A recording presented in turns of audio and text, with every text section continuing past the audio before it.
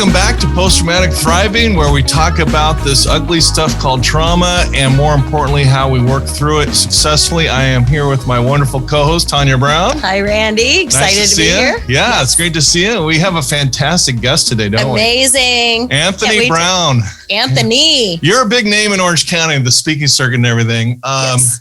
Anthony, my first question to you is the floor is yours. Just tell us about who you are, and more importantly, where you're born and your childhood before, where things went sideways. But just introduce yourself and tell us about growing up. Okay, well, I'm Anthony Brown, and I was born in 1961, which was a good year. A lot of stuff happened in the 60s. I'm originally from a small town called Steubenville, Ohio. I come from an interesting background. I was raised with a single mom. Mm-hmm. I got 2 sisters and 1 brother. None of us have the same father, but all of our birth dates are close. I was born September 61. My older sister was born September 60. My brother was born February 58, 59. My younger sister was born October of 63. Mm-hmm. And so we're all sort of like winter babies. Yeah. And from what I hear, when I was born, the umbilical cord was wrapped around my neck. I was encased in a block of sand because my mom craved sand.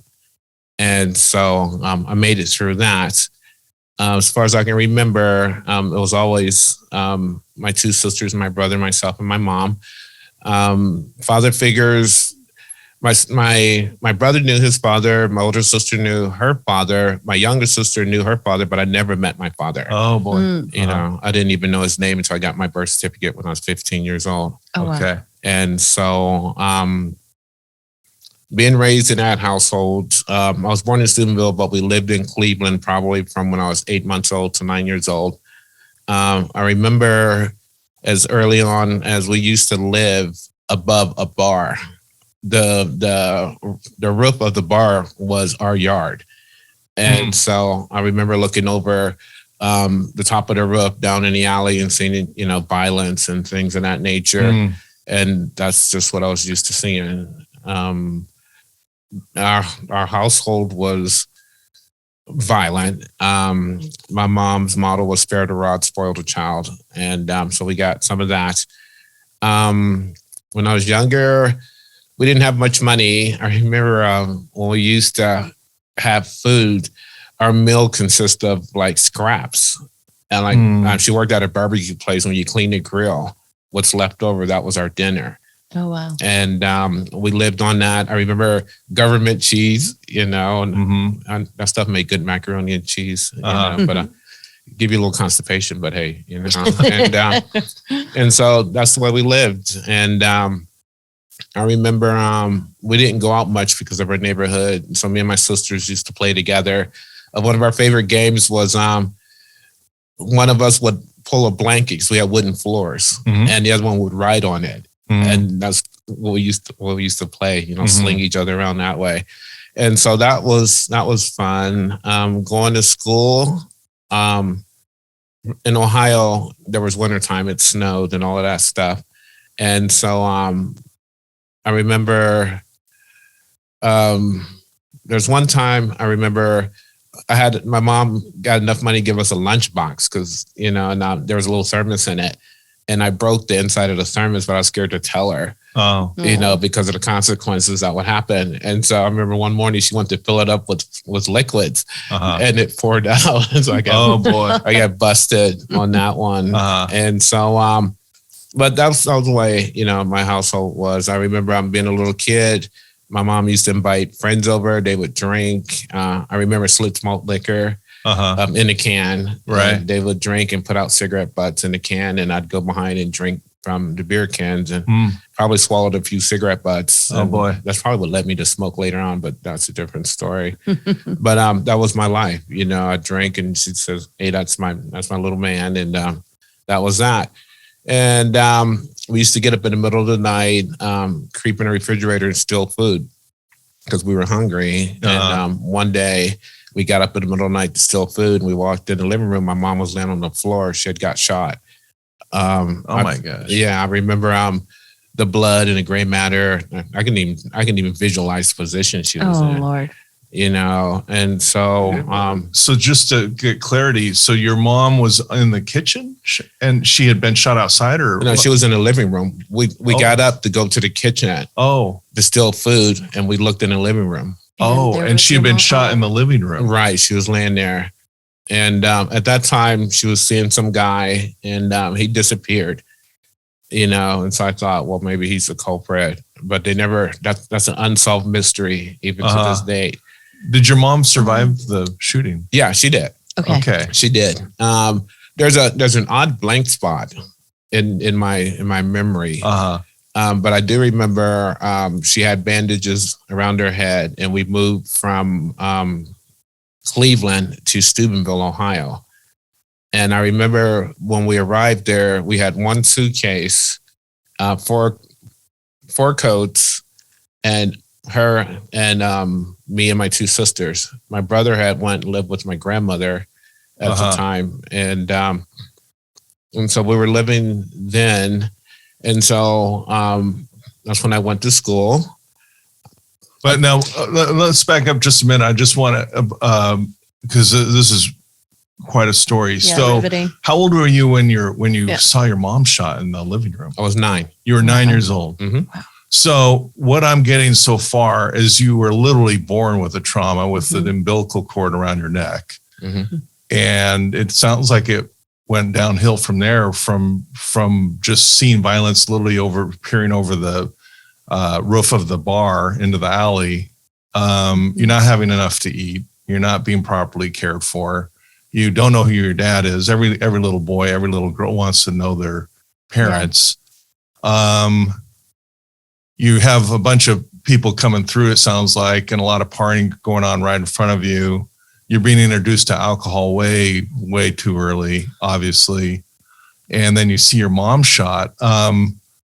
What went through your head when this is this like normal, or is this like crazy, or what's kind of going through your head when this happens? It was normal because my whole life, even going outside, the way we used to play, we throw rocks at each other, you know, and like to hurt each other.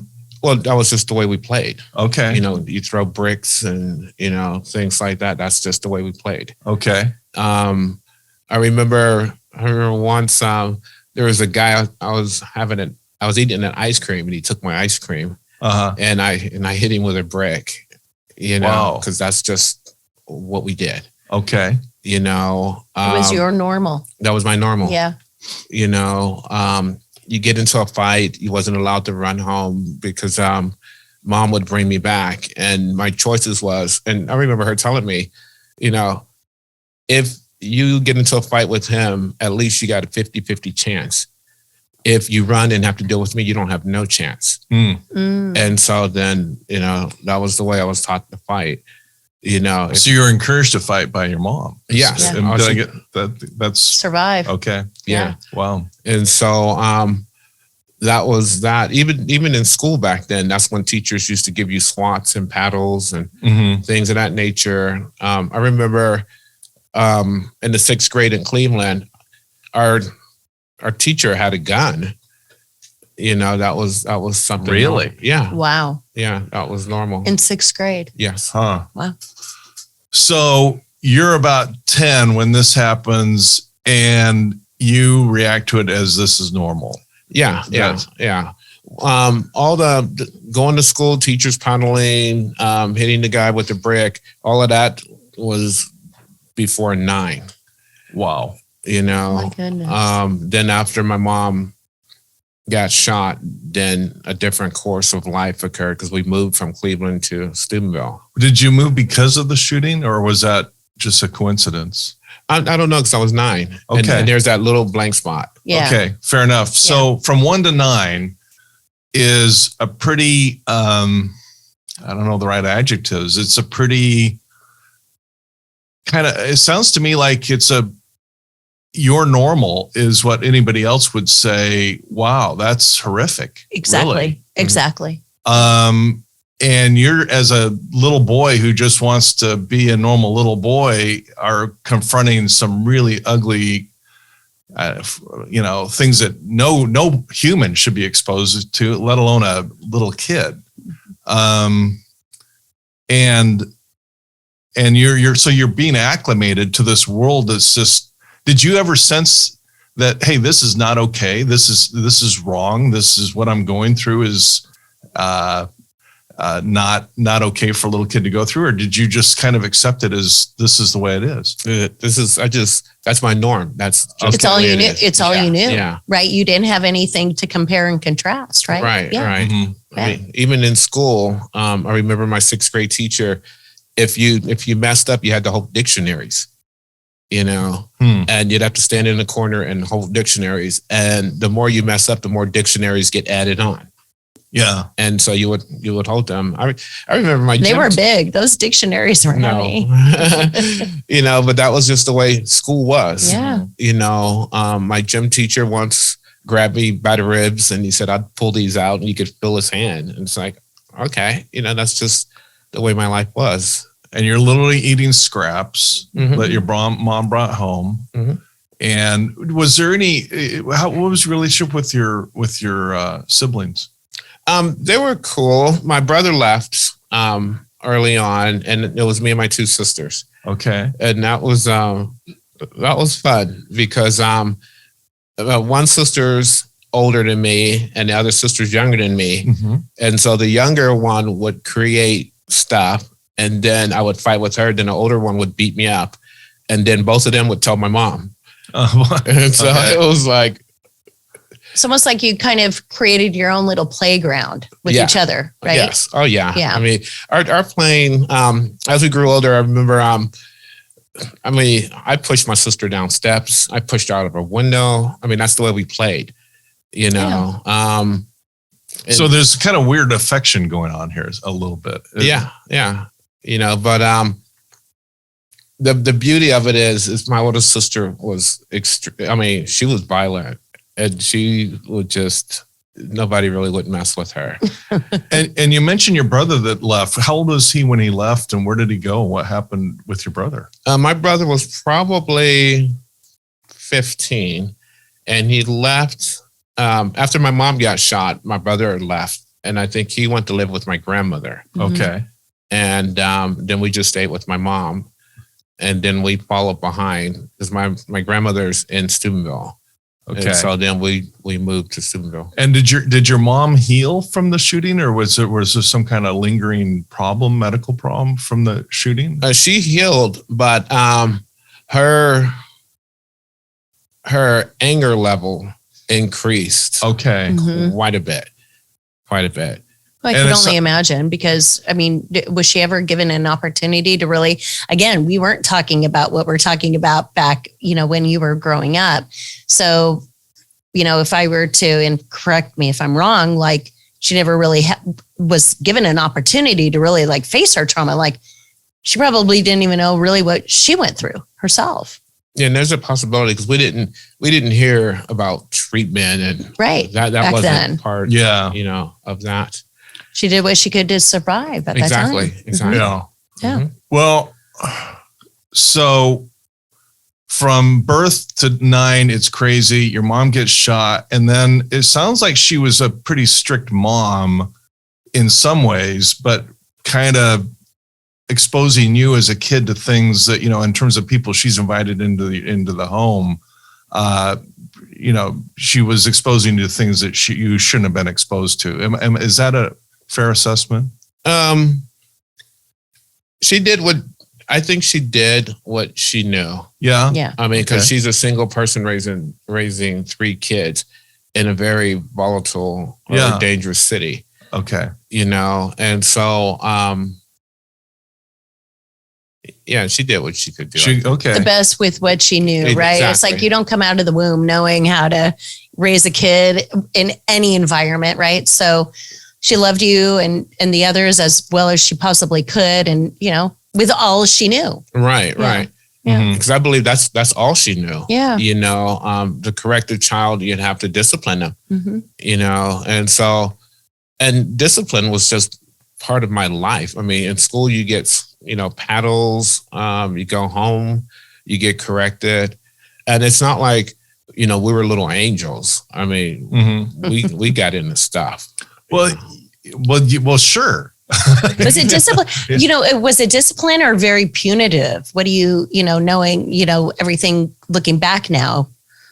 At the time, I'm sure it was, going through what you went through, I'm sure it was discipline, but maybe now everything in hindsight, maybe it was quite punitive. Well, after she got shot, things got really punitive. Yeah. I mean, she took it to a whole different level. I can only imagine. Yeah. But just one more question before we go to after 9. But from birth to 9, was there any kind of like North Star or guiding light or worldview that was like you were going for, or any kind of expressions of love from anybody around you? Or was it just kind of like more of this, childhood survival mode, eating what was there, being hungry way too often, and just, seeing things of violence in your neighborhood that you shouldn't see? Was there, can you kind of fill in the dimensions of what that kind of looked like in terms of any kind of love in the air?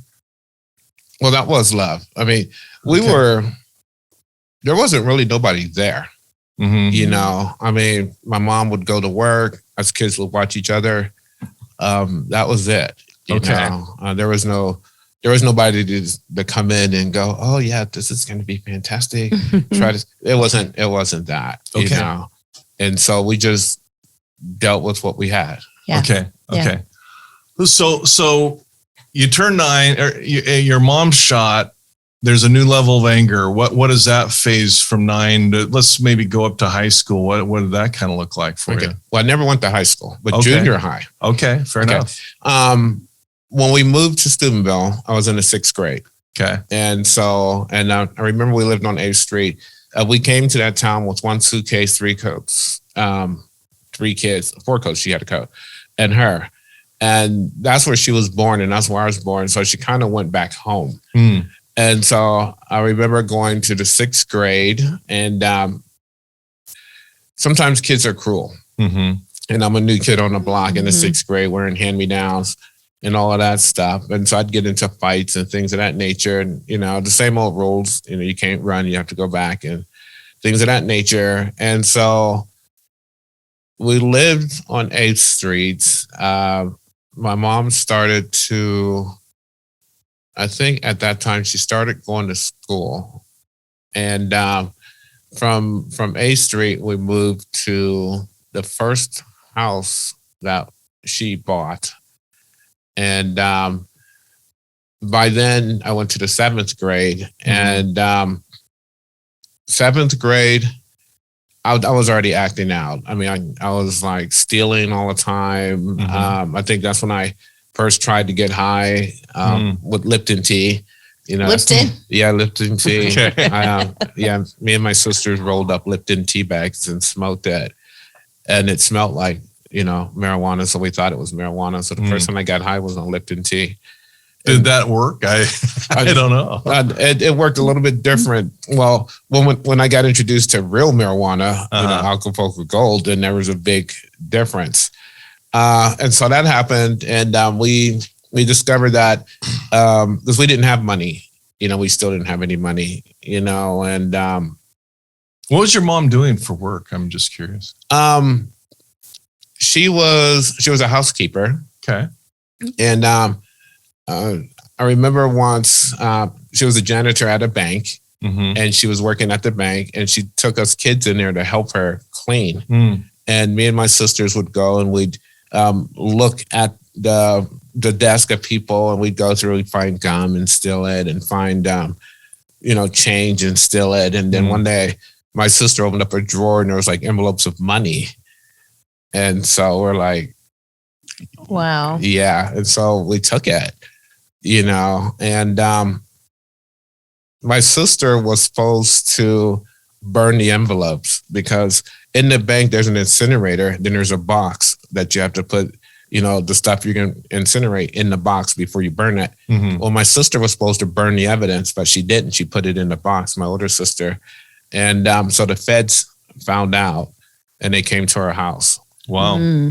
That's serious stuff. It was very serious. Yeah. So what went down? Being what a happened? kid, especially. My sisters turned in their money. I've already spent mine because I bought friends. I went and bought my friends all kinds of stuff. And so I spent my money. I didn't have mine to turn back in. And so after the feds left, then that's when I think I got probably the most memorable beating of my entire life. Oh my gosh. Oh, wow. Yeah.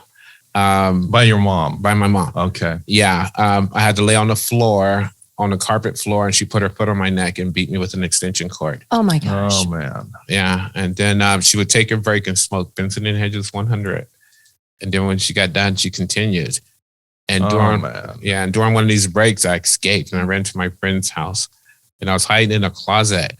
And I remember, I was in the closet and I heard my mom knock on the door and my friend caved. And I seen the door open and my mom was there. I'm in a closet. And so she started beating me in a closet and I had nowhere to go. And so I finally got out and I was running down the alley and she would say, "Don't you run for me." And I'd have to stop and she'd hit me and I'd run. And that happened all the way home. This is just so ugly.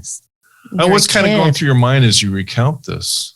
Now it's like it's just part of life. Okay. But at the time, it must have been just terrifying. Even though you're growing up with all this crazy stuff going on, this must have been terrifying. It's kind of like you're almost chalking it up to a life experience at this point, right? Yeah, because that's just the way but going it was. through it, But going through that was your norm. It was your normal. It was my norm. Yeah. Yeah. And so going to school in the 7th grade, after that was really hard because I had a big old bruise on my face. I had to explain where that was. And so I remember, so I wasn't doing good in school. Actually, I started skipping school. I was stealing her gin from underneath the kitchen sink. I was drinking, smoking marijuana. So you found her stash. Yeah, I found her stash. Okay. Going to the store, start stealing wine. Just were you getting caught here and there, or were you getting away with a lot of this stuff? I was getting away with a lot of it because the town I'm from, everybody knows everybody. And so I'm stealing wine. I am smoking pot. I'm selling pot. How old are you at this point? I was probably 11, 12. Oh my So 7th, 8th grade. Yeah. Yeah. Okay. So you're an 11-year-old kid without really giving a proper shot at life, not being cared for properly. And 11, you're drinking gin. And we all know physiologically the brain doesn't fully develop until up to 26 years old, right. 21 to 26, kind of that range. So that's not good. A lot of compounded trauma, everything, right from the umbilical cord to the upbringing to, up until this point that you're sharing right now, a lot of compounded trauma. Yeah. Well, just layer upon layer, year after year. Your mom's literally, this is just nothing short of child abuse. Yeah. Let's call it what it is. But now we call that. And now today we call, your experience child abuse. Back then, we weren't, again, we didn't have these, terms to coin. So, but everything in hindsight. So basically it's child abuse. And I'm sure, you have an affinity for your mother. She's your mother, correct me if I'm wrong, but she, again, going back to what I said, people do the best with what they can. They love you the best that they possibly can with what they have. Yes. Yeah. So it's not excusable, but so the best they can do. You're 11. This is going on. Let's keep going with your story. Okay. So around that time, I think, because my older sister's really violent. At least she was back in the day. And so she would do something. I remember once that she said something to me. I think she cussed my mom out or something. And then my mom hit her in the face with a pistol, and told her, "I brought you into this world. I'll take you out." Wow. Yeah. So we knew not to ever cross mom. Yeah, ever. I mean, even when she was beating us, if we put our arm up, she's like, "Oh, you're trying to hit me?" It's like, "Oh no, I ain't trying to hit you." So it's kind of like what we see in the movies, pretty much. You lived it. Yeah. Yeah. So up until like high school age, what happens after 11? 11. Let's see. In junior high, one of the things I think that curved me away from going to school is I did something in school, and my mom came. And I got a beating in school. And I remember all the kids heard it echo in the hallway. And so I wasn't going to go back to school anymore. So I'd skipped school. That went on. So they put me back in the 7th grade again. And I pretty much did the same thing. Then they put me back in the 7th grade again. And by then it's like, who cares? So you're kind of giving up. Yeah. Right. And so, and that happened with the 8th grade too. I never went. And so I pretty much always tell people I did 3 tours in the 7th grade and 2 tours in the 8th grade. And is this kind of humiliating for you to be held back over and over again? Or is this not really? Not really. You just kind of like going with it. Yeah. I mean, I'm out, I'm selling weed, I'm stealing, I'm making a living. I got money finally.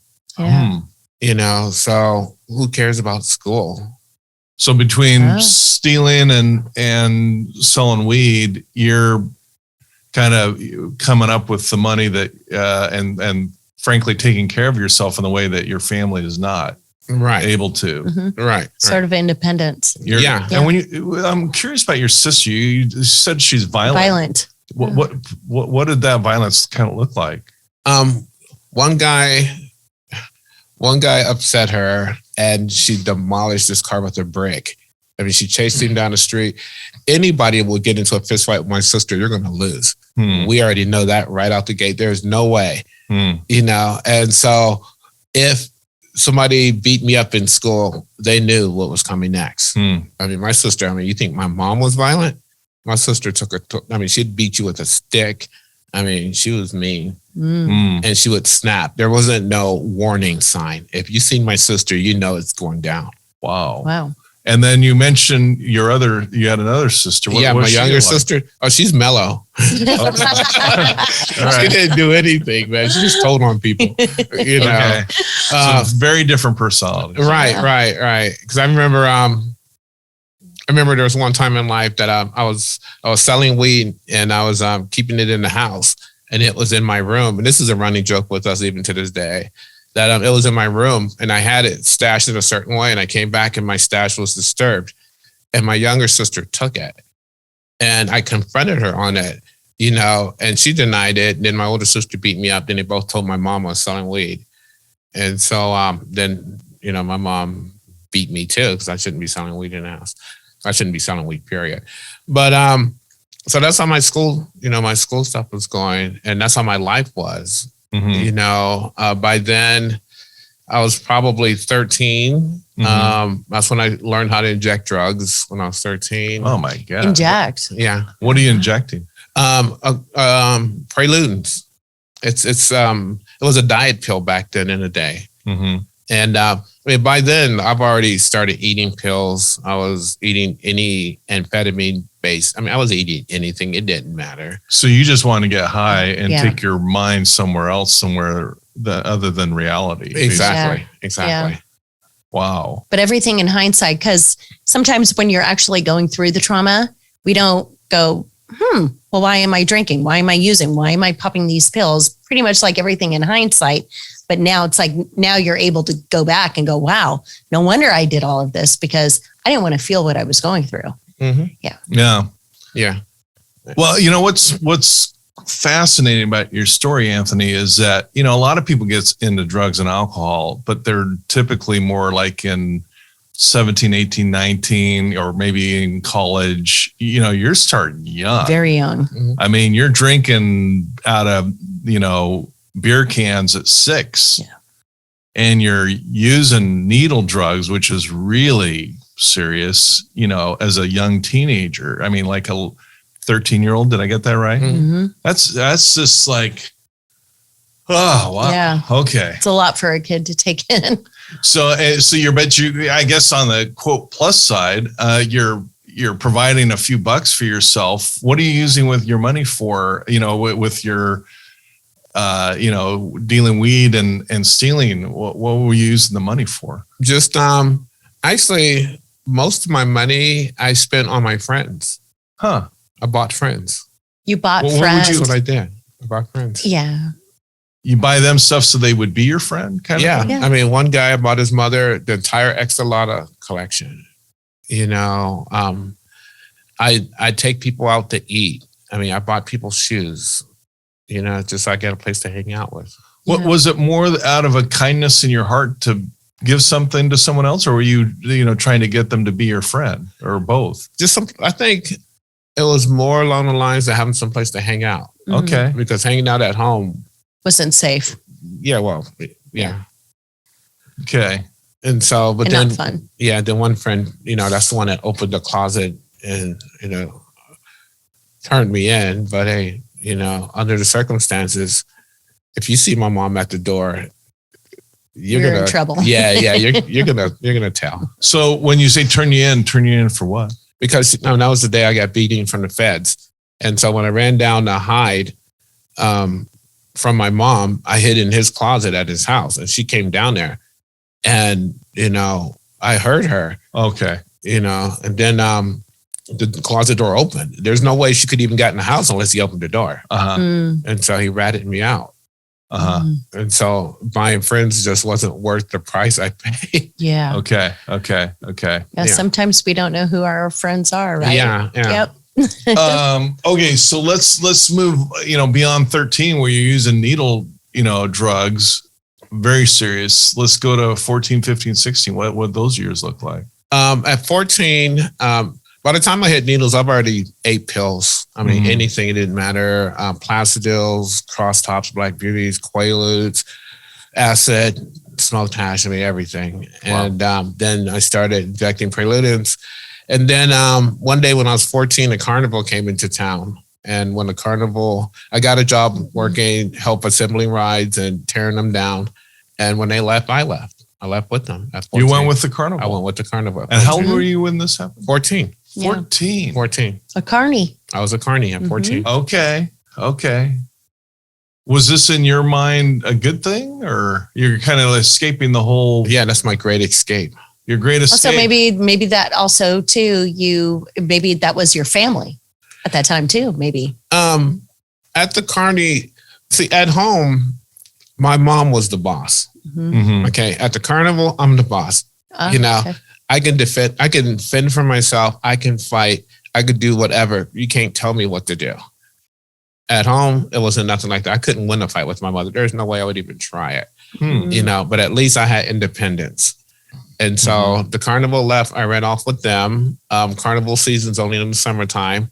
And so in the winter, when the carnival was done, then I'd go live in abandoned houses. And that was the first time I think my mom seen me, because I didn't know she was worried about me. I was just gone, Then when I came back to my town, everybody's like, your mother's been looking for you. I'm like, okay, whatever. Then I seen her, they gave me a little bonus. I gave her the bonus money. And I remember this big old stuffed animal I bought her, and I gave it to her, And then I just, I think I hung out for a couple of days and then took off again. What was her reaction when you handed her that stuffed animal? I don't know. She could have got emotional. I don't know. Because I was pretty much loaded by then. Okay. Yeah. Wow. So that's interesting. You're in the carnival, you're making a living. You got a quote home to stay at as you're on the road with the carnival. And you earn a few bucks, and then you take that bonus and a stuffed animal and hand it to your mom. You go back to your mom, and that's not quite the reception I would have hoped for, that, in terms of, it just seems so lonely. Yeah. It's just not what a kid should have to ever go through. Okay. So but thank you for sharing this, because how many Anthonys are out there right now who need to hear that story, where here you are, a grown man who have, like, who experience so many things that so many kids right now, whether inner city or here in Dana Point or Southern Orange County, right? I mean, it's everywhere. You're giving a message of, this is how I was raised. This is how my mom was. This is where I found solace. This is where, things, yes, were punitive, but you're giving a message of hope for people, for all these young kids and even the family members who maybe didn't really know how to raise kids. And maybe by you sharing your story, maybe they can kind of go, okay, maybe that's, wow, I'm kind of going down that same path. The crazy thing is that we're talking about the United States. We're talking about Ohio. I mean, I was born in Ohio, and we're not talking about, this is a horrible thing to say, but, there's poverty all over the world. And, there's poverty in India and Africa and, South America. This is right here in the United States. In our own backyard. In our own backyard. And this isn't like in the 16 or 1700s. This is like, you're here, you're, and to realize that this is going on, it's pretty shocking, to a lot of us that this is going on. And I think it's really valuable that you're sharing, even though it's ugly, and we're talking about really, poverty. We're talking about a really a situation that simply shouldn't happen, and it's right here with us, in our own backyard. So let's talk about, moving forward. We still haven't even hit 18 yet, and we've seen drugs and crime and drug dealing and violence and everything else, and you're not even a legal adult. And it's going with the carnival. So what happens after the carnival? Well, the first year I came back, I gave her the stuffed animal and everything. I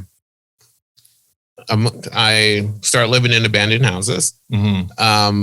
And it's I smile at some of this stuff. I have to. And I love that, because during moments of like heightened trauma, like your story sharing, I see the smile, and it makes me smile because you're so aware of the trauma. And now maybe that, your life experience actually kind of warms your heart because you are making a difference now. Yeah. So I'm recognizing that smile.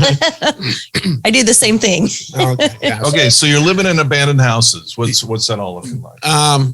Living in abandoned houses. Back then we used to have wooden crates. And so I would take the crates and make my furniture out of. And then when it gets cold, I'd burn my furniture, and that creates smoke from the chimney, and the police came and evicted me. Well, I was trespassing. And so they came, threw me out. And that was my life. Summer comes, go out with carnival, have a place to live, get paid, be able to eat for 6 months, then come back. I think the next year I came back, I got off the road, went to my mom's. She took me to the recruiter and put me in the Navy. At what age? 15. She lied about my age. Wow. Whoa. And I didn't even know about that until probably 5 years ago. Really? Wow. So you're 15 in the Navy? In the Navy. In the Navy. Yes. Oh my goodness. So that's kind of a gift, though. You're in the Navy, you have something to eat, you're properly clothed, you properly have a roof home over your head. But I have rules. Yeah. I'm used to being wild. Oh, so how'd that go on? It didn't work out well at all. Not in the beginning. No, that's true. Even. We didn't think about the rules. Here you are. All right. So tell us about the rules. Well, the Navy says you have to do certain things, and I'm like, no. And they're like, yes. And so I remember, because I went to boot camp in Great Lakes, Illinois, and it was cold, and you'd have to march with little thin gloves. And I just acted out. I did everything I could do. I mean, I was resistant. I was fighting. They put me in a positive motivation unit, in which they were just going to break me. Positive motivation unit. Yeah. Where their intention was to break you. Yes. Wow. The positive motivation unit. Yeah, PMU. It's like waterboarding. What is that? You did a lot of marching and a lot of snow. But I love the names they put to this. Positive motivation. Yeah. Okay, so tell us about the positive motivation unit. Well, they ended up giving me an honorable discharge out of boot camp. At what age? And at 15 or 16, something like that. Oh, so you didn't last long? No, because they found out. Okay. And I didn't even know this until just like I said, 5 years ago. Oh my goodness. Yeah. So you're a Navy vet. Without really even 16 with an honorable discharge. I have an honorable discharge. Isn't that cool? That's awesome. the youngest ever. And so I got out the Navy, went back, worked for the carnival, abandoned houses, carny, and then and still drinking and using, selling drugs, stealing. I mean, just all of that stuff. And so still you're turning to crime for more cash. Yeah. Are you still spending it on friends, or what are you spending your money on? No, I was spending it just to live. Okay. Because I didn't need friends. I can live in abandoned houses. Okay. Yeah. Things of that nature. And so then my friend Jimmy, when I was 18, he had a relative out here in California. Mm-hmm. And so he's like, "You want to go to California?" I mean, I really didn't have nothing going on. And so everything I owned was in a duffel bag. And then we just jumped in his 67 Mustang and drove across state. And where I'm from, I didn't know nothing about California. I mean, just what I saw on TV, like the Beverly Hillbillies. Oh yeah, that's right. That's exactly accurate. Yeah, and so I'm thinking I'm going to go live like the Beverly Hillbillies. Oh, there you go. And so we drove here. The dog threw up in the back seat, all my stuff, and we stayed loaded through the whole duration. Huh. And when we got here, I seen the Hollywood sign. I'm like, yeah, this is cool. Yeah. And then, we cruised around Rodeo Drive. I'm like, yeah, this is the way I'm going to be living now. Okay. And we kept on going. And then we stopped in Linwood. Mm-hmm. And they didn't show Linwood on TV. It was only on Cops. Yeah.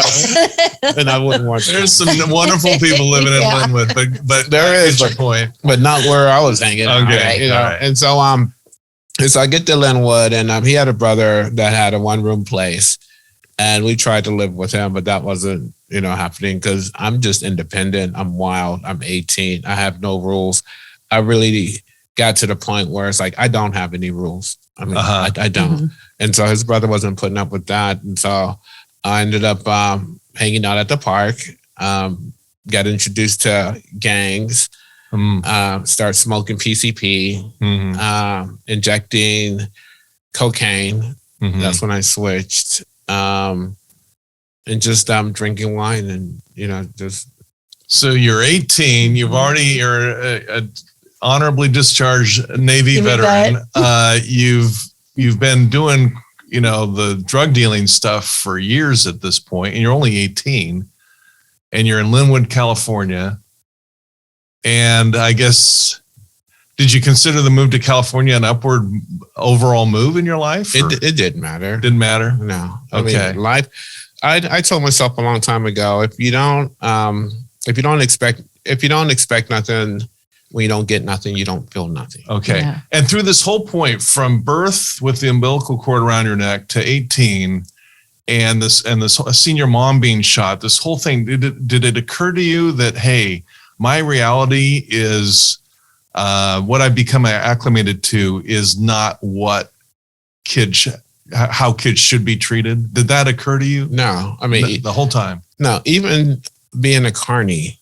I mean, we got into fights. I was sleeping one day in the truck and woke up. I was covered in glass. Some guy had hit the truck door with a hatchet trying to kill me. I mean, I've had guns pulled on me.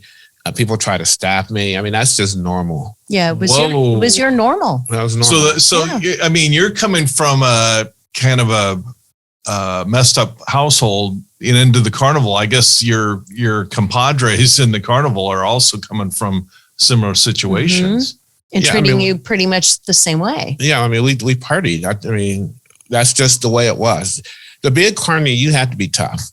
You have to be. I mean, we're putting together amusement rides made out of steel.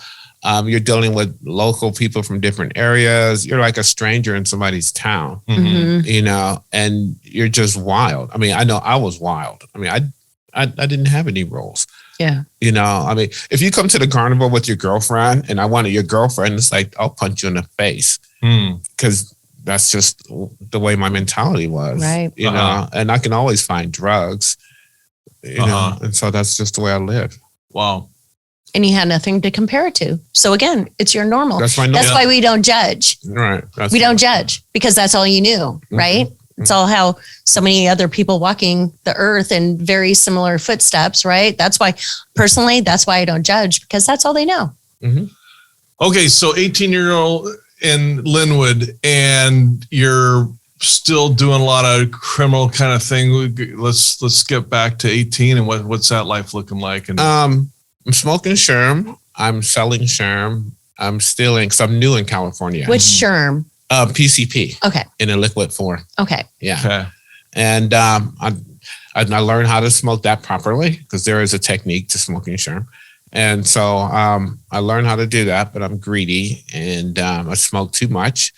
And I remember I got sort of like paralyzed in a restaurant going to order food because sherm will make you feel like a zombie. And I got just stuck at the counter. I couldn't move. You know, when somebody's like, "Can I help you?" Like I was just frozen. And then the homies left me, and that's cool. That's just the way it was. And so I did that for a while. I started injecting ether-based cocaine. I'm living at the park, stealing, drinking wine. And I think that's when I tried to get my first job, which was at a fast food restaurant. And so I'm working there and I'm getting free food, you know, because you get to eat. Yeah. And then I'm still getting loaded, but at least I had food. I was living in an abandoned house then. And then things got rough because I was stealing from the restaurant. And they were going to fire me. And so I just transferred to another restaurant in a different city. Okay. All in Southern California. Yes. Okay. Yes. So where at what age don't tell us what it is yet, but at what age did you hit rock bottom? 35. Okay. Yeah. So take us from 18 to 35, what life looks like to that, and then we'll pause and get to where you hit rock bottom. I'm selling, let me see. No. I'm stealing at the restaurant.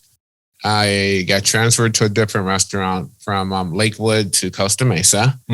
And I'm doing cocaine, drinking wine, working at the restaurant. And the manager of the restaurant liked cocaine. And so he allowed me to move into his house because that was his connection. And then I would, then I got promoted, you know, to a shift lead. And so that put me in charge of all the cash registers. And so I'm stealing out the till and living with him and supplying him with cocaine. And I'm selling drugs out the drive-through window of this restaurant. Wow. And what year is this? That happened from probably mid 80s to 90s. Okay. So you're in Costa Mesa, which is it's kind of turning into a hip new town. I mean, I was just there last night at an event, and but back then it was kind of the Mecca. Yeah, yeah. It was kind of Costa Mesa, for those around the country, is a town right next to Newport Beach, which is very posh. You know, that's the sailboats. And it's in between Newport and Huntington. Yeah. So okay, so you're living in Costa Mesa, and keep going.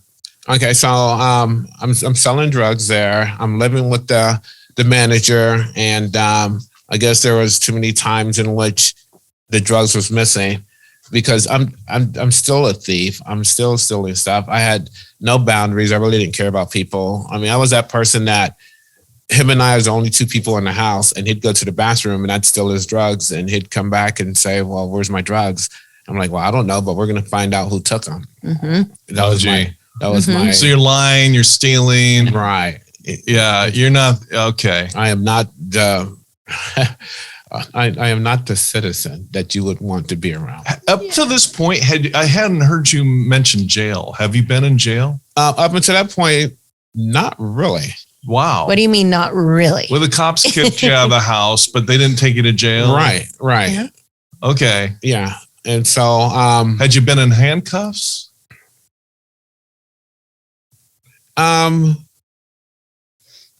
I don't think so. That's crazy. Because I mean, here you are, and I love your honesty. Yeah. Because this has got to be, as an adult, this has got to be kind of ugly and embarrassing to talk about, this stuff. But the reality is you're dealing drugs, you're taking drugs, you're drinking underage, you're stealing. I mean, you're doing anything you want to do. You're getting into fights.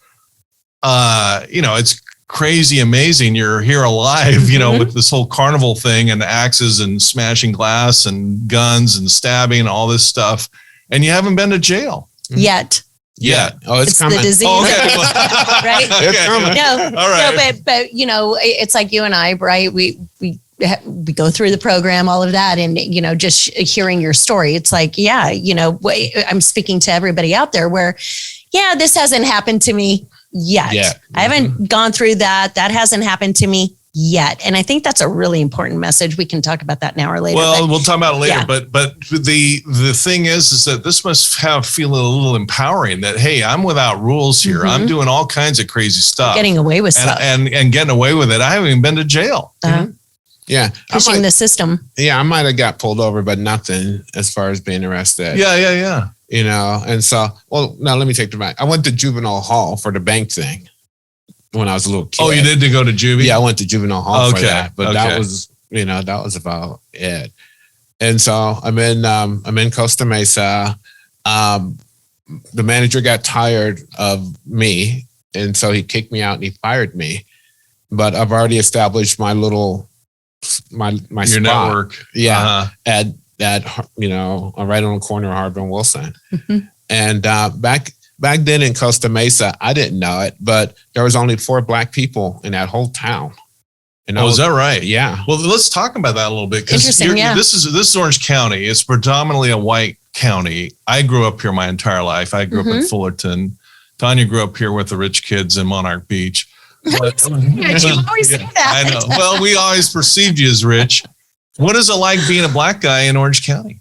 It was cool because I lived in the underbelly. I lived in the back, in the drug world. Okay. So we don't care about your color in the drug. What we care about is the color of your money. Okay. Okay. And so, God bless you guys and I love you, but you guys did not come back in that world. You did not. Yeah. And so it didn't matter what color you were. It was how tough. Money. Yeah. The money, what kind of drugs you had and how tough you are. Okay. It's a dog world. Right. And so I fit in perfect. Well, one thing I'll say about Orange County is I grew up here, and maybe I'm full of BS, but I think it was a pretty friendly place. People get along generally pretty well. I mean, were you treated well? Because we hear about, race issues and so forth. For me, reading the LA Times, that was like stupid stuff that went on in the deep South. Yeah. But it didn't happen here. But is my perception right or wrong from your perspective? The drug world has its own family. Okay. It had its own it was colorblind. Right. Right. Okay. And so we accept who you are, as long as you can do what we do. That's just that's the environment. It's a whole different lifestyle. Okay. A whole different set of rules. If you get caught, you shut your mouth, you're cool. Go do your time and whatever. Right. And as long as you had the money or the ability to sustain your own habit, then you're in. Okay. And so it didn't matter what color you were. Okay. And so this whole phase, we're talking kind of 18 to 35, where you hit rock bottom. Where I haven't heard you mention any girlfriends. I haven't mentioned any kind of religion or moral guidance. What was there anything there that you want to share? Girlfriends.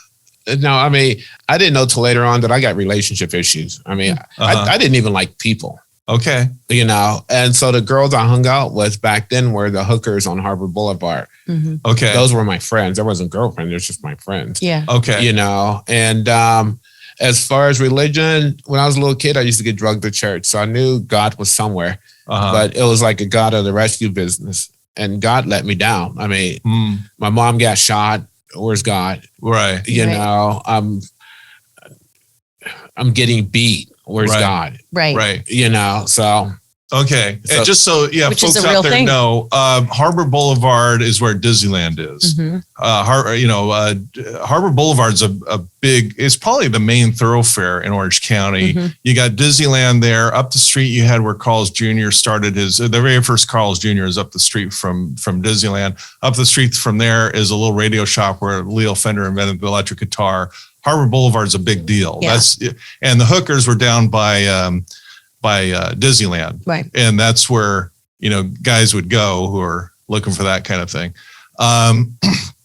And that's where you were as well with your business, that you're dealing coke and everything from the drive-in. So did I get all that right in terms Yeah, of? well, I was more south. Yeah, you were south, Yeah. closer to the beach. Yeah, I had some class. Yeah. You had some Okay. class. Yeah. You know. We're closer to Newport. Yeah. Okay. So women were basically, you were not getting along with people in general. Right. But the thing about your area of Costa Mesa is it's like a couple more blocks south, you're in Newport Beach, and that's the most rich, wealthiest areas in the world.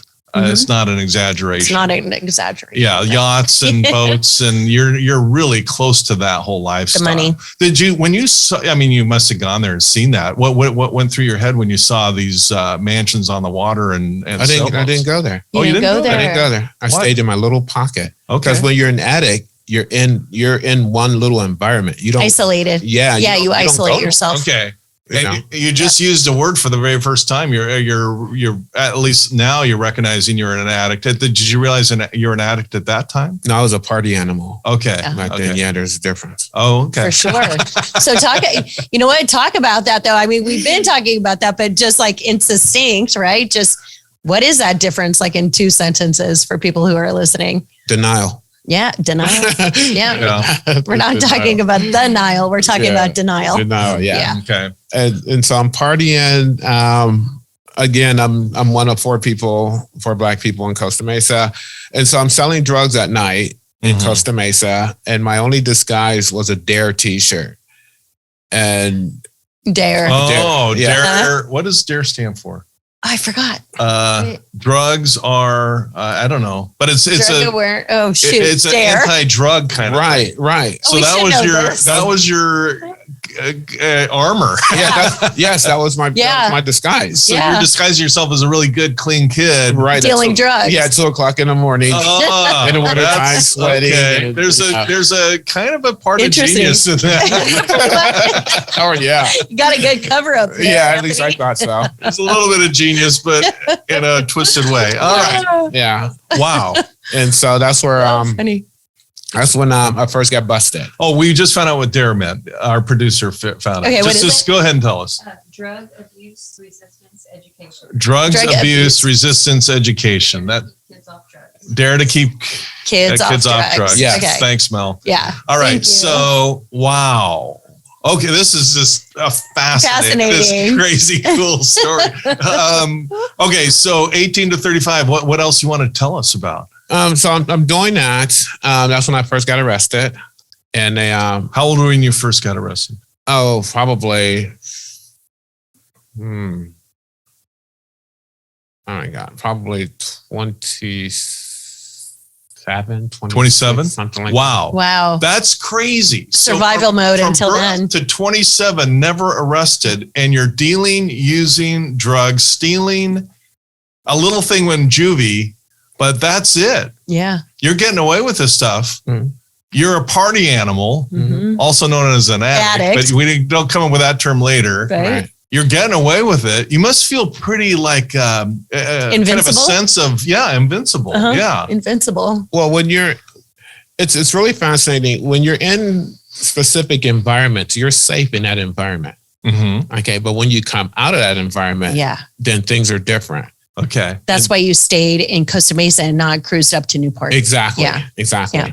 And so, and as long as I stayed in the back alleys and things like that, I didn't get noticed. But when I came out on, Harbor and Wilson, then it's like there's a little spotlight. Yeah. And then being out at 2:00 in the morning, being one of the only black people there. It's like nothing good comes out of that, right? Right. And so I got arrested my first time. At 27. Yes. Okay. Tell us about the arrest. What went down? The first time I got arrested, actually, I got arrested for assault and battery over a drug deal, but they didn't know it was a drug deal. Okay. But I got arrested for assault and battery. I hit a guy with his motorcycle helmet because he stole money. And then I went to the county, got out, and then when I first got arrested for selling drugs, they sent me to Orange County Jail. I did 6 months. I got out. I went back to Harbor and Wilson. Okay. And then I got arrested again. And this time they sent me to Donovan Prison. And I spent 8 months and 20 days there. And then I think I got out. And during that period of time, I think I got news that my mom finally died. Oh. And when I got that news, then that was it. Yeah. I mean, there's no rules. There's nothing. There's no punishment. Had you been keeping in touch with your mom this whole time? No. I mean, when I came out here, I didn't even, I would tell people I don't even have a family. Okay. You know, I mean, when I went back for my mom's funeral, my niece that was 2 years old was 16. And I didn't even know who she was. Oh, wow. Oh, wow. You know? Yeah. So you're pretty detached from your family. Yeah. Yeah. Yeah. Okay. Okay. So is this a good point to transition to your the low of your life? Is this a good point, or is there anything you want to share about your life preceding that? After I had no more rules, then everything just went downhill. Okay. So we're going to look at your life, Anthony Brown, in the next episode of what that kind of looks like, life with no rules. But to recap the whole kind of life before trauma, I'm already traumatized. I mean, this is like, I mean, I don't know what you could add to that list of childhood trauma. I tell you, what I'm walking away with this is, again, and I've said it numerous times, where this is your normal. And I think an important message for anybody who's listening, whether you're a kid, an adult, or a parent, where we can't judge people because we never know where their backstory comes from. We don't know that backstory. So again, this podcast is all about like establishing, patience and trust and, just appreciating people, because we really don't know backstory of people's experiences. Yeah. So when somebody's cutting you off in the middle of the freeway and they're all stressed out, like, hey, there's a reason for it. Go, know? Yeah. So your story is very, very, that's what I'm taking away from it. I mean, among other things, but that's kind of what I'm really walking away from that. Okay. So post-traumatic thriving, where we talk about die, survivor, thrive. The choice is yours. Thanks for supporting our podcast. Be sure to like, share, and subscribe, and follow us on your favorite social media. For books, merchandise, or to donate, visit CoreIQ.com. Post-Traumatic Thriving is produced by CoreIQ, a nonprofit with a mission to teach the life skills we all need but are not taught in school. CoreIQ and the Post-Traumatic Thriving podcast are for informational purposes only and do not provide medical or mental health advice. Always consult with your licensed medical and mental health care providers.